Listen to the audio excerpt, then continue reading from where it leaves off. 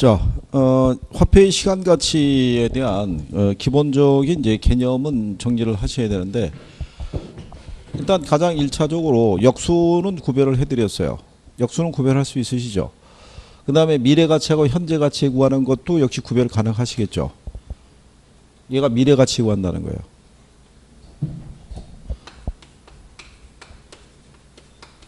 이 감채기금이라는 게 이게 빚을 갚기 위한 저축 개념인데요.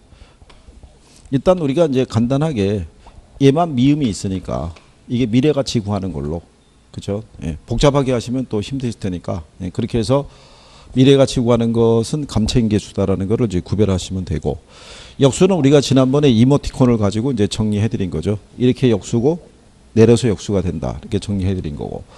그다음 만약에 이번에 여러분들이 부동산을 매매를 해 가지고 1억 원이라는 돈이 이제 차익이 생겨 가지고 이걸 은행에다가 돈을 예치를 했어요. 근데 시장 이자율이 가령 예를 들어서 한 1.5%인 상태에서, 그랬을 때 요게 3년 후가 얼마가 될 것이냐. 요거 구할 때 쓰는 게 뭐냐면요, 그게 일시불의 개념이에요. 그러니까 요거는 금액이 지금 어떻게 되어 있냐면 현재 1억 원 이렇게 나와 있죠. 그러니까 이렇게 금액이 한 번만 표시가 되면은 그게 일시불 얘기하는 거예요. 근데 만약에 연금의 개념은 앞에 매기라는 표현이 들어가요. 즉 매월 또는 매년 이 표현이 들어가는 거죠. 그러니까 연금의 개념은 일정한 기간 동안에 동일한 금액이 반복적으로 나타나요. 그러니까 이렇게 나타나죠. 매년 100만 원씩 3년간 적립했을 때, 이렇게 해서 매라는 표현이 들어가죠. 그러니까 100만 원, 100만 원, 100만 원 이런 식으로요. 그러니까 같은 그림이 이렇게 똑같이 여러 개 반복적으로 나타나면은 그거는 뭐 얘기하는 거예요? 연금 얘기하는 거예요, 연금. 그래서 그거를 이제 표현해서 나왔을 때 구별을 할 수 있는 게 필요하죠.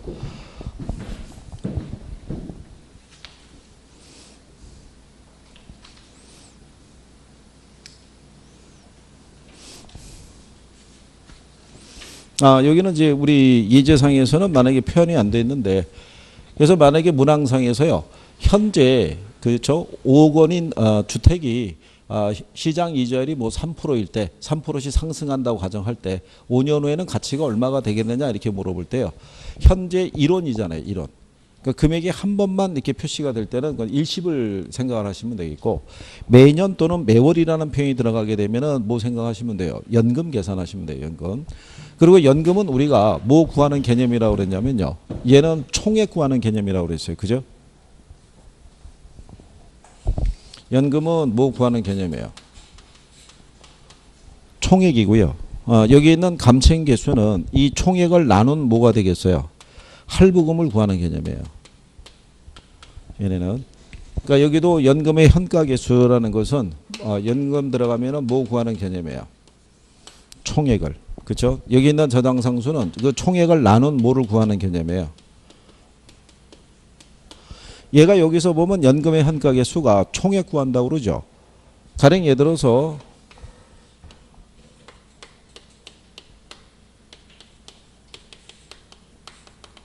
(10년) 동안 매년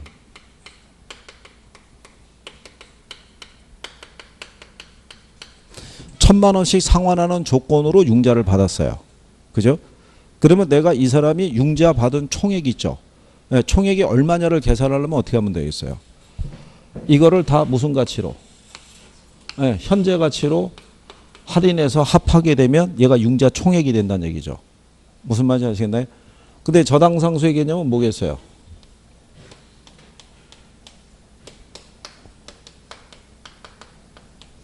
(1억 원을) 대출기간 몇 년? 10년의 기간으로 융자를 받았어요. 그럼 나는 10년의 기간 안에 얘를 갚아야 될 거 아니에요. 그러면 매달 얼마씩, 매년 얼마씩 갚아야 되는 원리금을 계산하기 위해서는 뭐를 대입을 해야 된다는 얘기예요. 그때는 저당상수를 구하는 거죠. 그러니까 융자금에 대한 할부금이 있죠. 상환하는 원리금을. 네, 그런 개념이라는 얘기죠. 그래서 연금이 들어가면은 총액을 구하는 개념인 거예요. 그 우리가 지난번에 구별해 드렸었죠. 그리고 여기 있는 연금의 현가계수는 뭐 구할 때도 쓸 수 있냐면요, 얘가 여기서 요거까지 또 하셔야겠군요. 만약에 대출 기간이 몇 년이냐면 10년이에요. 10년인데 나는 2년이 경과한 시점에서 조기 상환하려고 그래요. 그러면 남아있는 뭐를 알아야 돼요? 잔금을 알아야 될 거 아니에요. 그 잔금을 계산할 때도 뭐를 쓸 수 있다는 거예요. 연금의 현가계수를 쓸 수 있다는 얘기죠. 2년 동안은 갚았잖아요. 그 남아있는 기간 동안에 내가 매달 매년 갚아야 될 원리금이 있어요, 없어요? 네, 그거를 요 시점으로 할인해 오면은 그러면 남아있는 잔금을 구할 수 있죠. 그러니까 연금의 현가계수를 가지고는 융자금의 총액도 구할 수 있고 남아있는 뭐도 구할 수 있다. 잔금도 구할 수 있어요. 거기에다가 뭐도 계산할 수 있냐면요.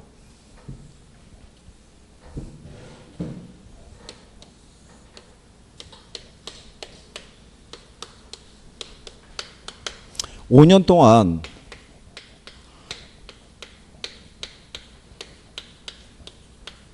매년 600만 원씩 받기로 하고 임대차 계약을 체결을 했어요.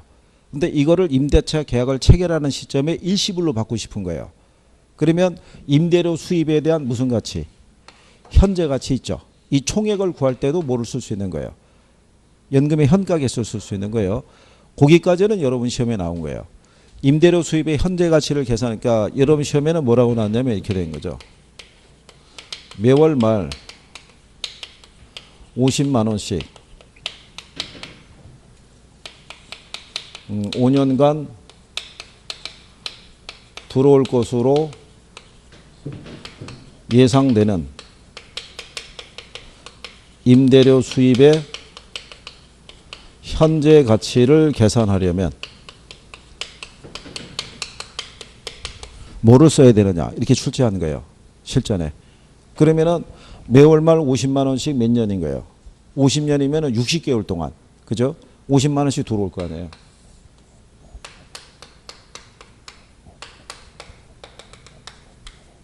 (50만 원씩) 이렇게. 이 돈들에 대한 무슨 가치? 현재 가치. 일시불로 받았을 때. 그때 그랬었죠. 외국인하고 임대차 계약을 하게 되면 일시불로 받는 경우가 있다고. 그러니까 이때 이제 이걸 갖다가 무슨 가치? 현재 가치로 하면 요 합계를 구할 수 있죠. 그때도 연금의 현가계수를 쓸 수 있다는 거예요. 근데 시험상에서는 뭐라고 줬냐면 이거를 계산하기 위해서는 저당상수의 역수를 활용할 수 있다 이렇게 해준 거예요. 저당상수의 역수가 뭐겠어요? 연금의 현가계수니까. 그렇게 표현할 수 있다는 거죠. 그래서 그런 내용 정도까지는 기본적으로 정리는 좀 되셔야 돼요. 그리고 표현에 조금 익숙하시게 되면 답은 풀 수 있어요. 풀게끔 해줘요, 안 해줘요? 해줘요. 거기 1번도 보시면 자, 옳은 것으로 묶인 거 물어봤죠. 미래가치를 계산하는 공식은 일시불의 내가계수, 연금의 내가계수, 그 다음 뭐 들어가요? 미음 들어가는 감책임 들어간다 그랬잖아요. 그러면 기억은 틀렸을 거 아니에요. 그죠? 그러면 일단 기억이 들어가 있는 1번하고 2번은 답이 아니죠. 그렇잖아요. 그 다음에 일시불의 현가계수라고 되어 있죠. 일시불. 그러니까 얘는 할인율이 R일 때 N년 후에 1원이 현재 얼마의 가치가 있냐를 물어봤죠. 그러니까 얘는 금액이 한 번밖에 안 나온다고요. 그러니까 이런 거죠. 할인율이 10%일 때 1년 후에 1억의 현재 가치가 얼마냐 이거죠. 무슨 말인지 아시겠나요? 1억이라는 금액 하나만 표시가 된다고요. 그러니까는 니은에 대한 거는 맞는 표현인 거고. 디귿을 가게 되면 감책임계수의 역수는 뭐가 돼요? 내가계수, 연금의 내가계수요. 그죠? 그러니까 디귿은 틀렸다는 얘기잖아요. 그죠? 그 시점에서 답은 이제 4번이 되는 거죠. 디귿이 없는 애는 걔밖에 없잖아요. 그리고 N년 후에 1원을 만들기 위해서 매년 불입해야 될 액수를 구하는 것은 무슨 개수가 돼요? 감책임계수가 되죠. 매기간에 적립액 구하는 거잖아요. 그죠? 그 다음에 연금의 현가계수는 뭐 구할 때 쓰는 거예요? 미상환 저당잔금 있죠. 남아있는 잔금 구할 때 연금의 현가계수 쓸 수 있다고 그랬잖아요. 그러니까 얘를 가지고 모두 구할 수 있고요. 융자금 전체를 구할 수도 있고 남아있는 잔금도 구할 수 있고 그렇다는 얘기죠. 그래서 그런 내용 정도로 보시면 되겠고요. 자, 그리고 이제 거기 나와 있는 그 내용에서요. 2번에 가면은 연금의 내가계수가 15.94 주어져 있고요. 연금의 현가계수가 6.14일 때 일시금으로 현재 5천만 원을 받는 것과 연금으로 10년 동안 매년 말 1,000만 원씩을 받는 것 중에서 어느 게 더 유리하냐라고 이렇게 구성이 되어 있죠. 그러면 연금의 내가 개수를 가지고요. 현재 5천만 원을 받는 게 있고 10년 동안 매년 말 1,000만 원씩 받는 게 있다. 이런 얘기죠. 뭐 어느 게 더 유리하냐 이런 얘기죠. 이거는 매년 말 1,000만 원씩 받는 것이 더 유리하죠. 이거를 계산하게 되면은 금액에 대한 것이 거기 나온 것처럼요. 6,140만 원이니까 매년 말 1,000만 원씩 받는 것이 지금 현재 5천만 원 받는 것보다는 더 크다 이런 얘기죠. 근데 실전에서는 이렇게 주어지게 되면 일일이 다 뭐 해야 돼요. 계산하기 때문에 뭐 인용하기는 뭐 쉽지 않고요. 그리고 옆에 나와 있는 그 3번 문제에서도요. 지금 현재 2억 원을 받을 채권이 있을 때 이를 매년 말 일정한 금액으로 분할해서 지급받고자 할 때 얼마를 지급받을 수 있느냐라고 돼 있죠. 그러면 내가 이거를 2억을 받을 수 있는 돈이 있는데 그러니까 2억을 빌렸다는 얘기죠. 그러면 이거를 내가 분할해서 갚으려고 그러면 얼마를씩 갚아야 되느냐 이런 논리랑 똑같은 거죠. 그러니까 여기에다가 저당상수를 대입을 해서 거기 나와 있는 2억 원에다가 저당상수 0.1627을 곱하게 되면 3,254만 원 이렇게 나온다는 거죠. 근데 표현에 대한 것은요. 명칭을 바꿔버린 거잖아요. 지금 이거는 이거잖아요. 현재 내가 얼마를 빌린 거예요. 2억을 빌렸다고요. 그러면은 몇 년의 기간 안에 10년의 기간 안에 2억을 상환하기 위해서는 얼마씩 이걸 상환해야 되느냐 이런 얘기잖아요. 그러니까 마찬가지로 내가 지금 2억을 받을 채권이 있는데 이걸 한꺼번에 받지 않고 어떻게 분할해서 내가 만약에 받는다 그러면 얼마씩 내가 받아야 되느냐 이거를 이제 물어보는 거니까. 왜냐하면 요거는요 저당상수를 써야 되는 개념이 뭐냐면 지금 현재 2억 원이라고 그랬잖아요. 현재 가치를 기준으로 판단하니까는 뭐를 대입해야 된다는 얘기예요. 저당상수를 대입해야 된다는 얘기고요. 감증계수를 대입하게 되면 감증계수는 N년 후에 1원을 만들기 위해 이런 얘기잖아요. 그러니까 미래가치 개념이란 얘기죠. 5년 후에 1억 원을 만들기 위해 나는 매년 얼마씩 적립해야 되느냐 이런 얘기가 되니까 그 차이점이라고 보시면 되겠죠. 그 다음에 이제 뒤에 가시게 되면 4번 문제가 있는데요. 이거는 기출에서는요. 매년 연말 2,000원씩을 불입하는 투자 상품 이렇게 출제를 했던 거예요. 근데 여기는 2,000원을 뭐로 바꿔서 5,000원으로 바꿔서 한 거죠. 그러면은 뭐를 해야 되냐면 계산해야 되죠. 근데 요것도 하나는 알아두시면 필요한 게요. 이자율이 몇 프로일 때? 10%일 때. 1년일 때 있죠. 이거는 1 플러스 10%니까는 0.1이 되고요. 2년일 때는 어떻게 되겠어요? 1 플러스 0.1에 대한 자승이죠. 그러니까 얘는 1.1이 되고요. 얘는 얼마가 되냐면 두 번 곱하니까 1.21이 돼요. 그 다음에 3년일 때는 어떻게 되겠어요? 1 플러스 0.1에 3승이니까 1.331 나와요. 그러면 4년일 때는 어떻게 되냐면요. 1 플러스 0.1에 4승이니까 1.4641 나와요. 5년일 때는 1 플러스 0.1에 대한 5승이니까 1.6105 이렇게 나와요. 그러니까 이 정도 수치까지 정도는 익숙하시면 계산할 때 도움이 되실 거예요. 이렇게 할 때. 그러면 이제 무슨 얘기냐면요. 연 10%잖아요. 그죠? 그러면 이런 얘기잖아요. 1년일 때는 5,000원을 갖다가 얼마로 할인하면 된다는 거예요. 1.1로 할인하면 된다는 얘기죠. 그죠? 그러면 2년 차가 됐을 때는 5,000원을 얼마로? 1.21로 할인하면 된다는 얘기죠. 무슨 말인지 아시겠나요?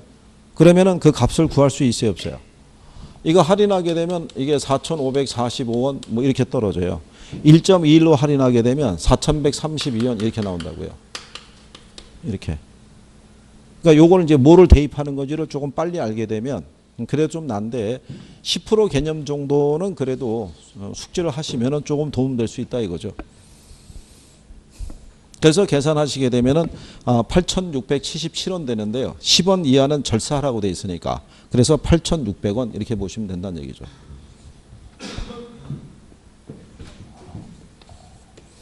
이게 기출에서는 2,000원으로 줬던 거예요. 2,000원. 그러니까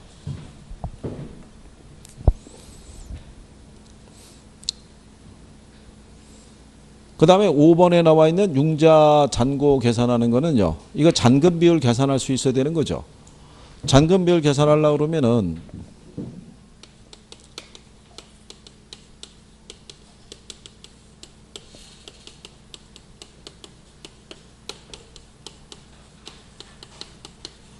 요게 T 시점이라는 거는 현재 남아있는 잔금을 얘기를 해요. 이제 요거를 우리가 만약에 잔금 비율은 1 마이너스 상환 비율로도 구할 수 있다고 그랬죠.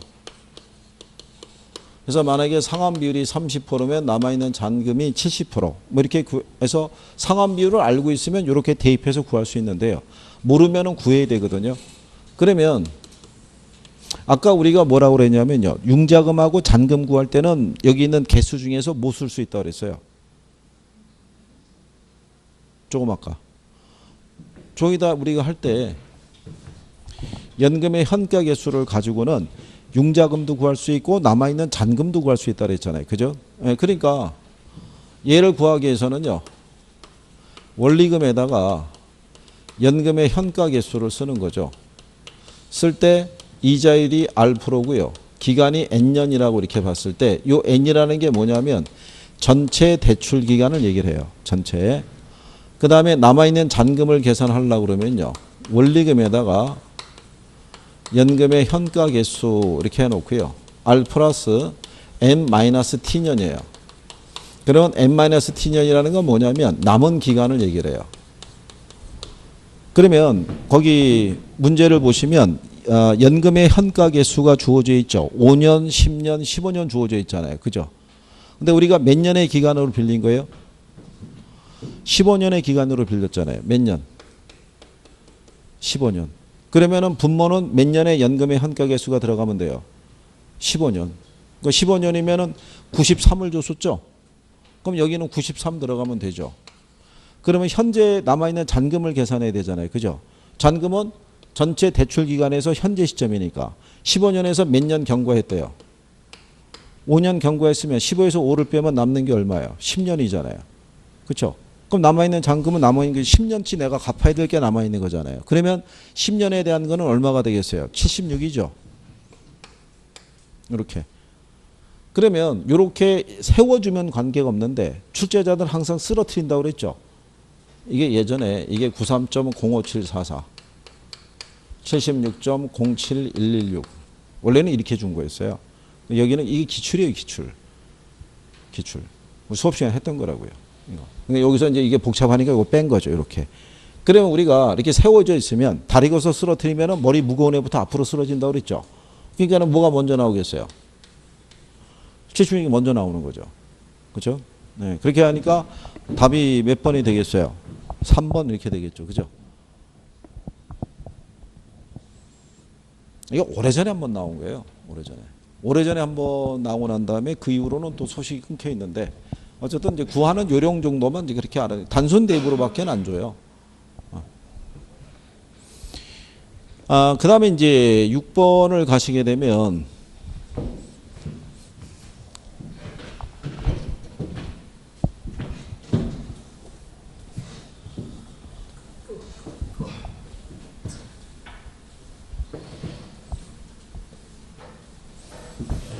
이 현금 흐름 측정하는 거는 아주 중요하죠.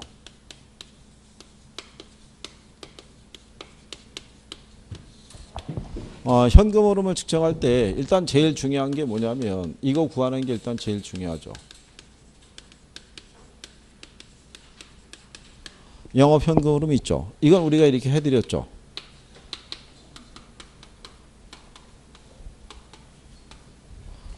요거 5가지가 현금 흐름이죠.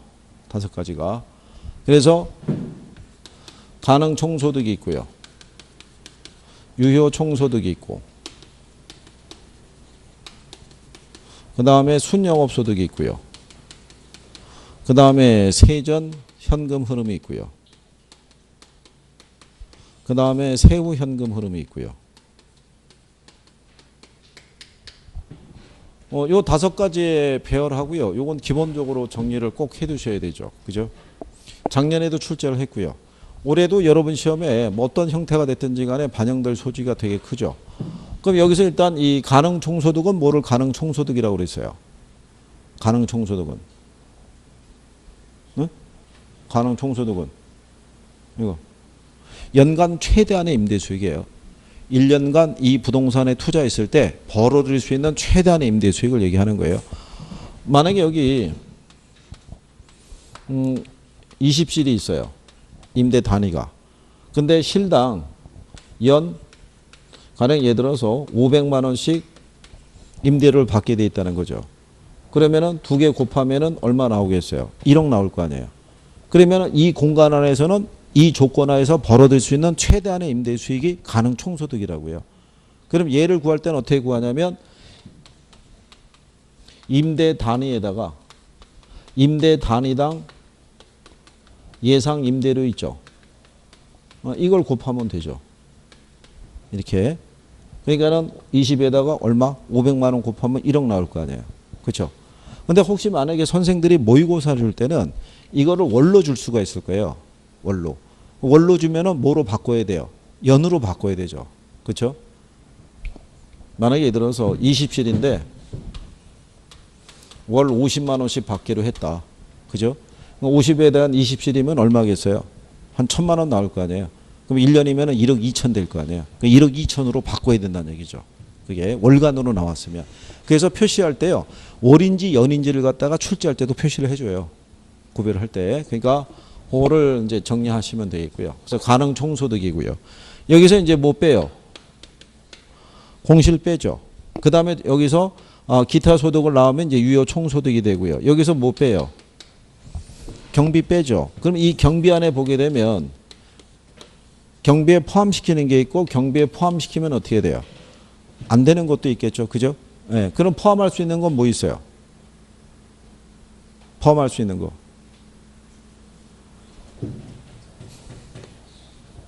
일단 유지관리비 들어갈 거 아니에요. 그렇죠. 여기 들어가는 뭐 예를 들어서 수도료라든가 전기료라든가 이런 거 다 들어가야 될 거 아니에요. 그 다음에 관리자 급여 뭐 이런 것들 다 들어가야 될 거 아니에요. 그렇죠. 또 이거 할 때 뭐도 들어가야 돼요. 재산세도 들어가고 화재보험료도 들어가야 되고 그 다음에 뭐 광고비 이런 것들 다 들어가야 되잖아요. 그렇잖아요. 그러니까 이건 이제 들어가야 되는 것들. 들어가면 안 되는 애들이 또 뭐 있어요? 일단 이건 알려드렸잖아요. 공부소감이라고 그래서 공실, 부채 서비스세, 소득세, 감가상각 이건 안 들어가잖아요. 거기다가 소유자 급여, 개인적인 업무비, 그죠? 요즘 여기까지 추가된 거예요. 소유자 급여하고 여기 있는 개인적인 업무비 있죠. 여기까지. 그러니까 이제 경비 요거 이제 구별하는 게 필요해요. 필요하고. 그 다음에 이제 여기 안에서는요, 가장 중심이 되는 게 얘가 되는 거예요. 순영업소득이. 왜 순영업소득이 중심이냐면요, 만약에 계산 문제가 나오더라도 이 순영업소득을 끼워서 계산하는 게 많아요. 그러니까 출제자들이 그거를 이제 활용을 많이 해요. 순영업소득을 먼저 찾으면 값이 풀릴 수 있게끔. 그렇죠? 한번 생각해 보세요. 순영업소득 집어넣어서 계산할 수 있는 게 뭐 있나? 그렇죠. 부채 감당률 구할 수 있죠. 여기서 우리가 뭐 빼야 돼요?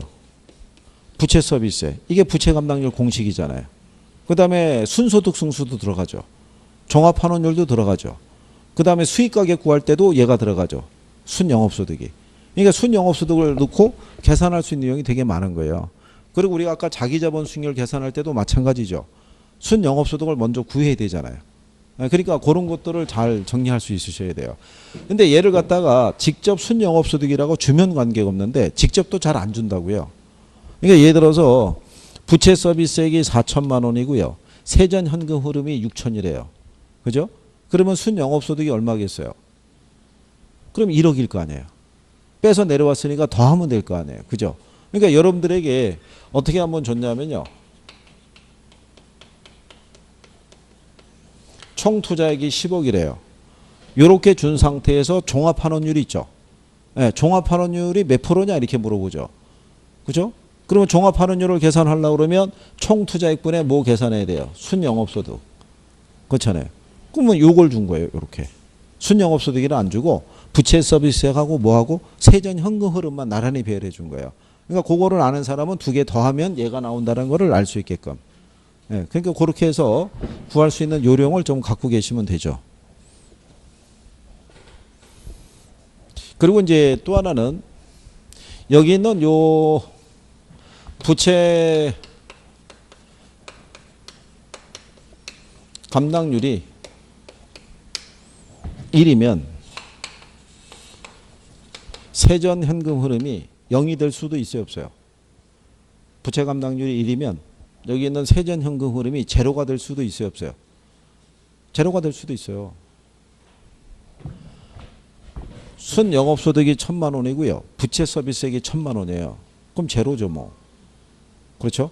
그래서 이게 부채 감당률에는요, 또 하나의 표현이 있는데, 부채 감당률은 1보다 커야 돼요, 작아야 돼요? 아니, 생각해 보세요. 부채 감당률이라는 게 부채를 감당하는 능력을 얘기하잖아요. 부채를 감당하는 능력은 큰 게 좋잖아요. 1보다 커야 된다고요. 그죠? 1보다 작으면은 내가 벌어들인 수익으로 원리금 상환하기 어렵겠죠. 그러니까 1보다 작을수록 1에 가까울수록 위험한 거예요. 결론적으로 1에 가까워진다는 얘기는 둘이 같아진다는 얘기잖아요. 같아지면은 남는 게 있어요, 없어요? 남는 게 없다고요. 그래서 여러분 시험에는 어디까지 일단 나오냐면 순영업소득하고 세전현금 흐름은 서로 같을 수 있어요, 없어요? 같을 수 있다는 얘기예요. 같을 수 있다는 조건은 뭐냐면 융자가 없다는 가정에서. 그때는 같을 수가 있죠. 부채 서비스액을 지불하지 않아도 되니까. 그러니까 이제 그 다음에 이렇게 뭐가 될 수도 있다는 거예요? 0이 될 수도 있다. 이렇게 나오면 맞다 이렇게 생각하시면 돼요. 무슨 말인지 이해하시겠죠? 그러니까 여기 있는 세전현금 흐름은 0도 될 수 있고 그 다음에 마이너스도 될 수 있고 플러스도 될 수 있는 거예요. 그렇잖아요. 부채 서비스액이 더 크면 마이너스 나올 거 아니에요. 그렇잖아요. 그러니까 그 내용까지 기억하시면 되겠고요. 그 다음에 여기서 이제 끝으로 뭐 계산해요? 소득세 계산하죠. 그러니까 소득세 계산할 때는 순 영업소득부터 계산할 수도 있고 뭐부터 계산할 수도 있어요. 세전 현금 흐름부터 계산할 수도 있어요. 그죠? 예, 그러니까 요거를 지문 정도로 이렇게 활용할 수도 있을 거예요. 그죠? 그러니까 순서 정도는 알아두시는 게 필요해요. 이게 이제 우리가 순위감 그랬고 세원감 이렇게 얘기했었죠. 근데 얘네들은 둘 다 마이너스 개념이고요. 얘는 플러스 마이너스 개념이거든요. 왜냐하면 원금 상환분은 경비를 인정 안 하거든요. 원금은 갚은 것만큼 그 투자자의 그 지분이 늘어나는 거기 때문에 경비를 인정을 안 해줘요. 이자만 경비로 공제해 주거든요. 그래서 여기 둘 다 뭐는 다 있어요. 대체 충당금은 다 있어요. 그렇죠? 근데 여러분들에게 계산할 때 지금까지 순영업소득 가지고 출제했을 때 얘를 빼고 준다고요. 얘를 빼고 줘야지 두 가지를 더해서 그냥 바로 빼버리면 되잖아요. 계산상의 편의를 위해서. 대체 충당금은 출제는 안 해주는데 어쨌든 구성은 이렇게 돼 있다는 것까지는 알아두셔야 되겠고요. 그 다음에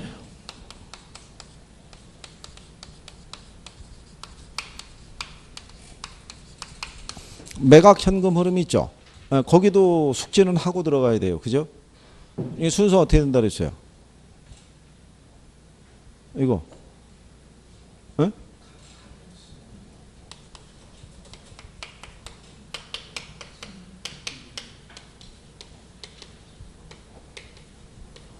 이렇게 해드린 거예요. 그죠? 근데 여기서도 요게 매도 가격이고요. 얘가 매도 경비가 되고요. 그죠? 그래서 이거 빼면은 나오는 게 뭐예요? 순 매도액이죠. 여기서 뭐를 빼는 거예요? 미상환 저당 잔금을 빼는 거죠. 그러면 세전 뭐가 나와요? 지분 복귀액. 여기서 뭐를 빼냐면 자본이득세, 양도소득세 얘기하는 거죠. 이거 빼면 이제 세후 지분 복귀액. 그래서 실질적으로는 매도 가격하고요, 순 매도액, 세전, 세후 여기만 이제 매각 현금 흐름에 들어간다고 보시면 되죠. 근데 이제 여기서 제가 이제 그 확인을 해볼 때 가장 착각들을 잘 하시는 게 뭐냐면 여기 있는 순 매도액에서 미상환 저당 잔금을 빼면 세전 지분 복귀액이 되죠. 이거랑 바꿔주면요, 부채 서비스액 있죠. 순 매도액에서 부채 서비스액을 공제하면 세전 지분 복귀액이 된다 그러면 대부분 틀리더라고요. 지분으로 나오면. 이게 문장 배열 나올 때가 틀려요. 앞에 딱 들어오면 순이 들어가 있거든요. 그리고 딱 보면 부채 서비스액 있으니까는 순 영업소득 부채 서비스 오버랩 되는 거죠. 그리고 세전이 나오니까. 그러니까 또 못 찾으시더라고요. 그렇죠? 요것도 흐름 정도는 알고 계셔야 돼요. 그래야 이제 그 시험장에 들어갔을 때 어느 정도는 대비가 되셔야 된다는 얘기죠. 여기는 어떠한 형태로든 간에 활용할 가능성이 높아요. 그러니까 기억은 꼭 해주셔야 돼요. 기억 자체를. 자, 그래서 이제 6번 같은 경우에는요, 임대주택의 운영수지 분석 절차다. 니은하고 디귿에 들어갈 용어가 바르게 짝지어진 거 이렇게 돼 있죠. 그러니까는 이제 유효총소득에서 뭐를 빼면 영업경비를 빼면은 순운용소득이 나오죠. 거기서 부채 서비스액을 빼면 세전현금 흐름이 나온다 이런 얘기죠. 그러니까 이거는 뭐를 요구한 거예요? 착각을 유도한 거죠. 왜냐하면 대부분의 사람들이 기억부터 계산하려고 그럴 거 아니에요. 그러면 가능총소득에서 뭐를 빼야 돼요? 공실 및 대손 충당금, 공실 및 불량부채를 생각을 하게 되면 순간적으로 2번으로 가면 곤란하죠. 그렇잖아요. 그래서 문제가 물어본 것은 니은하고 디귿을 물어봤다는 거죠. 그래서 이거는 뭐 순서만을 정확하게 알고 계시면은 풀 수 있죠. 그리고 뒤로 넘어가시게 되면은 자 7번에 세후 지분복계획을 구하고 있다. 바르게 표시한 걸 물어봤잖아요. 그죠? 그러면 매도 가격에서 뭐를 빼야 돼요? 매도 경비잖아요. 그 다음에 순매도액에서 뭐를? 미상환 저당 잔금을. 그 다음에 세전 지분복계액에서 뭐? 자본이득세를. 그렇죠? 예. 그러니까 요거는 단순하게 뭐만 알면요. 순서만 알아도 풀 수 있는 거죠. 그러니까 그 정도는 숙지를 하고 들어가시게 되면 좋다는 얘기죠. 그죠? 그 다음에 이제 그 8번에 가시게 되면 영업수지 계산과 관련된 다음 설명 중에서 틀린 것을 물어봤을 때요. 자, 거기 보시게 되면 유효총소득은 가능총소득에서 공실 및 불량부채 충당금을 차감하고 기타 소득을 가산해서 계산하겠죠. 그렇죠? 예. 근데 반대로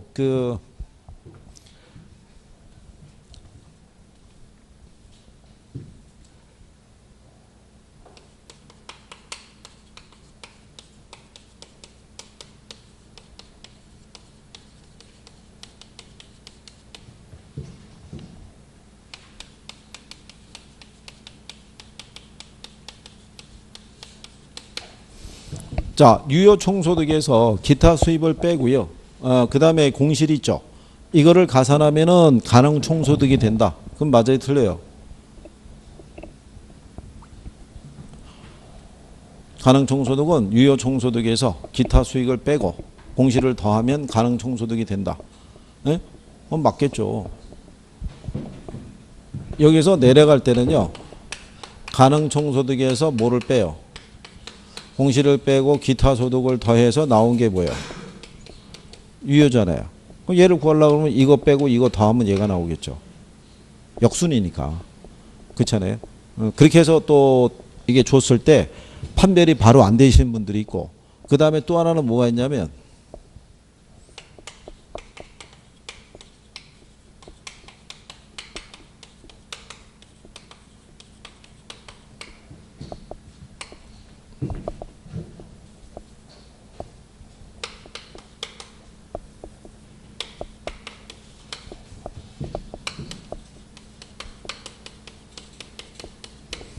이렇게 줬을 때 있죠. 가능총소득은 유효총소득에서 공실을 빼고 기타 수익을 더한 것이다. 이렇게 주면은 틀릴 거 아니에요. 얘하고 위치가 바뀐 거잖아요. 근데 이렇게 줘도 지문으로 들어가게 되면 그거를 바로 또 못 찾으시는 거예요. 그러니까 그 얘기는 확실하게 익숙하지 않다는 얘기죠. 테스트를 해서 확인을 해보니까 결과가 그렇더라는 얘기죠. 우리가 완전히 익숙할 때까지 계속 이거를 정리를 해 두셔야 되는 거예요. 이런 거를 나왔는데 틀리면은 되게 억울한 거예요. 이거. 작년에 이거 틀리게 어떻게 됐는지 아세요? 이거? 순영업소득은 유효총소득에서 영업경비를 공제한 거죠. 네, 영업경비 가산한 걸로 줬어요. 영업경비를. 그럼 틀린 거잖아요. 그러니까 요즘은 어쩔 수 없이 그런 것까지 주는 거예요. 더하고 빼고 막 이런 것 있죠. 그러니까 이제 거기 표현까지는 익숙해지셔야 된다는 얘기죠. 그렇죠? 그리고 이제 그 8번 문제에서는 3번에 보시면 이렇게 돼 있죠. 세전현금 수지는 순영업소득에서 부채 서비스액을 차감해서 계산하며 이는 순영업소득보다 항상 작은 값을 갖는다. 그러니까 틀렸다는 얘기죠. 같을 수도 있고 작을 수도 있고 클 수도 있다. 이런 얘기가 되겠죠. 그렇죠? 그러니까 만약에 이걸 항상을 빼고요. 작은 값을 가질 수도 있다. 그러면 맞는 표현이 되는 거예요. 무슨 말인지 이해하시겠죠? 그러니까 많이 익숙해지셔야 돼요. 이게 계산 문제 푸는 것보다는 이게 더 편하시잖아요. 그래도. 그죠? 그러면 뒤로 가시게 되면 다음에 영업수지 계산 과정에서 나타나는 영업경비 항목들로 바르게 연결된 거를 물어봤어요. 그죠? 일단 재산세 들어가겠죠. 보유세니까. 그 다음에 소멸성 보험료. 소멸성 보험료는 화재보험료 얘기해요. 화재보험은요 1년 단위로 계약갱신이 들어가기 때문에 그래서 우리가 소멸성 보험료라고 얘기를 해요. 그러면 소멸성 보험료 들어가겠죠. 공실 안 들어가겠죠. 유지비는 들어가겠죠. 영업소득세 안 들어가겠죠. 부채 서비스세 안 들어가죠. 전기료 관리비 들어가겠죠. 자본적 지출은 안 들어가겠죠. 이게 자본적 지출이라는 것은요. 자본적 지출이라는 게 있고 수익적 지출이 있는데요. 자본적 지출은 비용을 투자를 하게 되면 부동산의 가치의 변화를 주는 거예요. 그러니까 예를 들어서 엘리베이터를 교체를 해준다든가 건물의 외벽면에 대한 페인트칠, 도색을 새로 한다든가 그는 건물의 가치 자체를 변화시키잖아요. 이거는 소유자에게만 주어지는 이득이지 임차자에게는 아무런 혜택이 없어요. 그러니까 자본적 지출은 경비로 인정을 안 해줘요. 근데 수익적 지출은요. 엘리베이터가 고장이 나면 수리를 해줘야 될 거 아니에요. 그럼 임차자의 편의를 위해서 수리비를 지출하는 개념이기 때문에 그건 경비로 인정해 준다고요. 지난번에 수업 시간에 한번 한 거죠. 자, 그래서 자본적 지출은 포함이 안 돼요. 감가상각비도 포함이 안 되겠죠. 그러니까 들어갈 수 있는 게 뭐 있겠어요? 재산세, 소멸성 보험료, 유지비, 그 다음에 전기료, 그 다음에 관리비 뭐 이렇게 들어가겠죠. 그죠? 네, 그래서 그 다음에 이제 10번에 보게 되면요. 고정비용 이런 게 있는데 영업경비를 산정하는 과정에서는 고정비용이 있고 그 가변비용 또는 변동비용이 있다고 그래요. 그죠? 고정비용이라는 것은 공실 등과 관계없이 일정하게 지출되는 비용이 있죠. 은행으로부터 대출 받으면 이자는 상환해야 될 거 아니에요. 그죠? 임대 수익이 있든 없든지 간에. 그렇잖아요. 감가상각비도 마찬가지로 발생할 거, 지출이 될 거고요.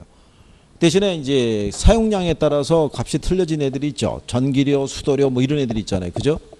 그리고 거기 나온 것처럼 실적에 따른 수당이 있죠. 그냥 실적에 따라서 이 비용에 대한 부분이 달라질 거 아니에요. 그죠? 그래서 그런 것들이 고정비용에 해당하지 않는 가변비용 이렇게 보시면 되겠죠. 나머지 관계는 뭐 이해하시겠죠? 그 다음에 이제 11번에 보게 되면 대상부동산의 영업수지를 산정하는 항목에 포함되지 않는 것 그러면 미상환 저당장금이 들어가죠. 이거는 어디에 들어가는 거예요? 이건 지분복귀액에 들어가는 거잖아요. 미상환 저당장금은. 그렇죠? 무슨 말인지 아시겠어요? 네? 여기가 저기 휴가가 지난주로 끝나신 거 아닌가요? 지난주로? 월요일부터는 수업하신 거 아닌가요? 그럼 뭐 휴가의 후유증이나 뭐나 다 끝났을 거 아닌가요? 그렇잖아요? 오늘 금요일이라서 그런가요? 금요일. 원래 금요일 날이 그래도 마지막 시간 되면은 없던 힘도 나오거든요. 되게 일주일이 갔다 뭐 이렇게 생각하면서 여기 내일 수업 있으신가요? 없잖아요. 그러니까 금요일만 되면 그렇잖아요. 그래서 간혹 가다가 금요일 날 저녁에 탈출하는 사람들이 있어요. 가끔씩 금요일 날 저녁을 제끼면 일요일까지 푹 쉬었다가 그죠? 여기 월요일 날 수업이 뭐죠? 공법이니까는 나왔었는데 만약에 2차를 버렸으면 또 월요일도 제끼는 거죠. 그냥 쭉 해가지고 그죠? 참. 이제 어쩔 수 없어요. 여기까지 왔는데 뭐 어떻게 뭐 방법이 없잖아요. 그죠? 앞으로 쭉 나가가지고 몇 점을 맞아서 6점을 맞아서 이 바닥을 떠야 될 거 아니에요. 그죠? 에? 오늘은 뭐 남아서 공부들 하시나요? 이제는 선생님이 이 얘기하기 앞서서 이제 남아서 공부하셔야 되죠. 뭐 방법이 없잖아요. 에? 최정을 남아서 공부하나? 김정일 공부하나? 뒤에 있는 사람은 오늘 처음 나 처음 보는 것 같은데. 여기 아는 사람이? 몰라? 결혼했어요? 성이 어떻게 돼? 성. 김총각이네. 김총각 올해 나이가 어떻게 되는 거예요? 24살? 고총각이 올해 나이가 어떻게 되지? 24살이야? 저기 동갑이네. 야, 인사했어 벌써? 너 그런 건 빠르네. 근데 김총각은 이 공부 왜 시작한 거예요?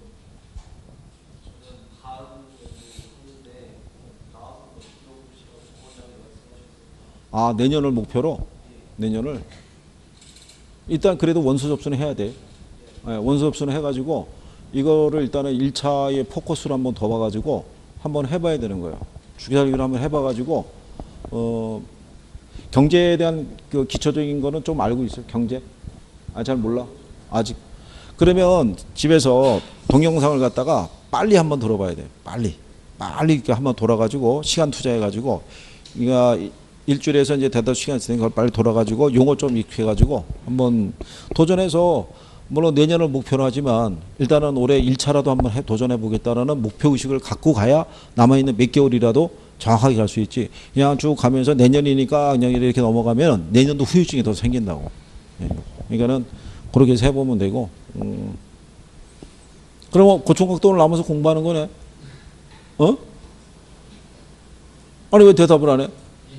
그치? 몇 시까지 한다고? 7시? 7시까지 하고 간다고? 그렇지. 7시까지는 하고 가야 될 거 아니야. 여기 커플은 오늘 남아서 공부하는 거야? 오늘 남아서, 하긴 거기는 무조건 남아서 공부할 수밖에 없는 상황이고, 거기는. 참, 큰일 났네, 진짜. 열심히 해가지고, 내용 정리를 확실하게 하셔야 돼요. 하나를 하시더라도. 이거 중요한 거는 이게 해주잖아요. 이건 꼭 정리 잘 해두셔야 되고, 이거 활용할 게 여러 군데로 활용해서 그래요. 이건 꼭 기억해 주셔야 돼요. 자, 그래서 그 내용까지 하신 거고요. 그 다음에 이제 뒤에 넘어가시게 되면 12번에 그 현금 수지 측정에 대한 설명 중에서 틀린 것 그랬을 때 틀린 거는 일단 4번이 되죠. 영업소득세는 자본이득에 부과하는 조세가 아니죠. 그건 자본이득세라고 생각하시면 되겠고 5번에 보면 세후 현금 수지의 크기는 세전 현금 수지의 크기하고 동일할 수 있다라고 이렇게 해놨죠. 같을 수도 있죠. 뭐 세금 부담할 게 없으면은 같을 수도 있고. 그래서 이제 자꾸 그 표현에 익숙해져야 돼요. 유효 총소득에서 영업 경비를 공제하면 뭐가 나온다 이런 것도 있죠. 단순히 가유순전으로만 정리하시면 안 되고 그건 순서만 물어보는 거고. 그렇죠? 그 안에서 여기서 뭐 빼면 뭐가 나오고 뭐를 더 거꾸로 뭐를 더하면 뭐가 나오고 이런 것들을 익숙하게끔 자꾸 정리하시는 게 필요하죠. 그리고 이제 뭐를 연습하실 때 순영업소득을 계산하는 것도 있죠. 거기까지는 연습을 조금 해보시는 것도 도움이 될 거예요. 그다지 순영업소득까지는 그다지 어렵지 않게 줄 수 있어요. 그래서 여기 13번에 보시면 임대 단위당 연간 1,000만 원의 임대료가 발생하고 총 임대 단위수는 10개라고 돼 있죠. 그러면 가능 총소득이 얼마겠어요? 1000에다가 10을 곱하게 되면 1억 나오겠죠. 그러면 1억이라는 부분에서 뭐 빼줘야 돼요? 공실 빼야 되겠는데 공실 및 그 불량부채 충당금이 가능조소득의 5%라고 돼 있죠. 5%면 얼마겠어요? 500이죠. 그렇죠? 그 다음에 기타 소득은 없다라고 그랬으니까 그러면 유효 총소득이 9,500이 되겠죠. 그렇죠? 그러고 난 다음에 영업경비가 유효 조소득의 몇 프로래요? 40% 이렇게 줬죠. 40% 계산하면 3,800 나와요. 그럼 빼고 남으면 얼마? 5,700 이렇게 나온다는 얘기죠. 검산하시면은 거꾸로 두 개를 더하면 얘가 나올 거 아니에요. 그죠? 그래서 이렇게 해서 계산하는 거. 그러면은 여기서는 계산하라고 줄 수 있는 게 가능 총소득 계산하거나 아니면 영업경비 계산하는 정도밖에 없어요. 그러니까 그나마 계산이 간편하다고요. 근데 이렇게까지 구해주고 난 다음에 여기다가 뭐를 주면 환원율을 만약에 10%를 주고 부동산에 대한 수익 가격을 구하라고 할 수 있겠죠. 그렇잖아요. 그러면 어떻게 하면 돼요? 얘가 10%니까 100분의 10이니까 0.1이죠. 그러면 10배라고요. 그럼 5억 7천이 된다고요. 우리가 수익 가격은요. 순수익을 무슨 이율로? 환원이율로 환원해서 구한다고요. 근데 여기 순영업소득을 5,700으로 구했잖아요. 근데 얘를 10%를 줬잖아요. 그러면 이게 0.1이고 이게 5,700이니까 그럼 얘는 5억 7천이 된다는 얘기죠. 이렇게. 실전에서 이렇게 해서 출제하는 거예요. 그러니까는 여기서 순영업소득까지 왜 도출하는 게 왜 중요하냐면 간평을 여러분들이 싫어하시잖아요. 근데 간평에서 수익 가격 구하는 거는 의외로 간단하게 줘요. 이렇게 구해서. 환원율은 그냥 줘요. 그냥. 그렇기 때문에 순영업소득까지 이렇게 도출하는 거는 이렇게 한번 연습을 조금 해보시는 거는 여러 가지로 도움이 될 수 있다는 거죠. 그리고 14번 같은 경우도 출제를 했던 선례가 있어요. 유효 총소득을 주고요. 그러고 난 다음에 거기서 이 경비 항목을 잘 공제하면은 뭐를 구할 수 있다는 거예요. 순영업소득을 구하게끔. 그래서 가능 총소득이 1억 원이고요. 공실 및 불량부채 충당금이 가능 총소득의 5%라는 얘기잖아요. 그럼 500 빼면은 여기가 9,500 나오겠죠. 똑같이. 그러면 유효 총소득이 9,500일 때 경비를 공제해야 되잖아요. 그럼 유지관리비는 들어가겠죠. 화재보험료 들어가죠. 소득세 안 들어가죠. 감가상각비 안 들어가죠. 전기료, 재산세 들어가겠죠. 부채 서비스액은 어떻게 돼요? 안 들어가잖아요. 그죠? 그러면 여기서 공제될 경비 항목이 전부 얼마가 되겠어요? 2,000에다가 2,800 정도 되겠군요. 그죠? 2,800을 빼게 되면 남는 게 6,000 얼마? 700 이렇게 나오겠죠. 그죠? 그렇게 계산하면 9,500 나오겠죠. 역순 올라가게 되면. 그러니까 이런 것들을 이제 자꾸 연습을 해보시는 게 필요하다 이런 얘기죠. 그 다음에 이제 뒤로 넘어가게 되면은 15번도 같은 배열이죠. 15번도 자 기출은 이제 이런 배열로 나온 거예요. 유효 총소득을 1억 원을 주고 여기서 공제해서 뭐를 구하라는 거죠? 순영업소득을. 그러면 똑같죠. 유지관리비 들어가야 되죠. 화재보험료 들어가야 되죠. 소득세는 안 들어가죠. 그 다음에 수도료 들어가겠죠. 개인적인 업무비 안 들어가죠. 전기료 들어가죠. 소유자 급여 안 들어간다고 그랬죠. 재산세는 들어가고 부채 서비스액은 안 들어가잖아요. 이 항목을 찾는 거를 빨리빨리 찾을 수 있으면 돼요. 익숙해져서. 그래서 금액을 다 합하게 되면 얼마 나오겠어요? 3천만 원 나오죠. 그러니까 순영업소득이 얼마? 네, 7천만 원. 이렇게 해서 우리가 구할 수 있다는 얘기죠. 그래서 그렇게 정리할 수 있으시면 되겠죠. 자, 그 다음에 16번 같은 경우를 보면요. 대상부동산의 순영업소득 구하라고 돼 있죠. 기출도 이런 배열로 한번 나왔던 적이 있어요. 먼저 건축의 연면적이 2천이죠. 근데 유효 임대 면적 비율이 80%라는 거죠. 그럼 2천에 80%는 얼마겠어요? 1600평방미터죠. 근데 평방미터당 5,000원이잖아요. 그럼 계산하면 얼마 나오겠어요? 에? 얼마? 그럼 800 나온다고요. 그죠? 그러면 가능 총소득이 얼마? 800만 원 나와요. 근데 거기 보시게 되면은 공실률이 몇 프로라고 그래요? 10%. 그러면 800에 10%면 80이잖아요. 그럼 빼면 남는 게 720이죠. 근데 거기 보면은 영업 경비율이 몇 프로래요? 50%. 그러면 720에 50%면 360이잖아요. 그러면 얘가 360이죠. 순영업소득이. 그죠? 이렇게 출제한 선례도 있어요. 이렇게 50% 줘서. 근데 얼핏 볼 때는 잘 모르는 사람들이 볼 때는 되게 복잡해 보이잖아요. 많은 것 같고. 근데 실상 들어가 보면 간단한 거죠. 원래 학계론 계산 문제가 그래요. 대부분 1번 안에 풀 수 있고요. 답을 알면 되게 간단해요. 근데 풀기 전에는 어려워 보여요. 출제자들이 그렇게 포장을 해주는 거예요. 그게 간단한 문제일수록 포장을 화려하게 해줘요. 질려서 포기하게끔. 실상은 그렇지 않다라고 생각하시면 되겠죠. 그래서 자, 그런 요건으로 세전에 대한 거 구하는 거, 뒤에 있는 세후 구하는 거, 그런 거 한번 이제 연습을 한번 해보시고요. 다음 시간 또 오면은 여기 세전 요거 한번 구하는 거 연습은 또 한번 시켜드리고 기출에 대한 거, 그 다음에 이제 투자분석기법 다 마무리하고, 그리고 또 금융 이것도 해야 되니까요. 그렇게 생각하시면 되겠고요. 자.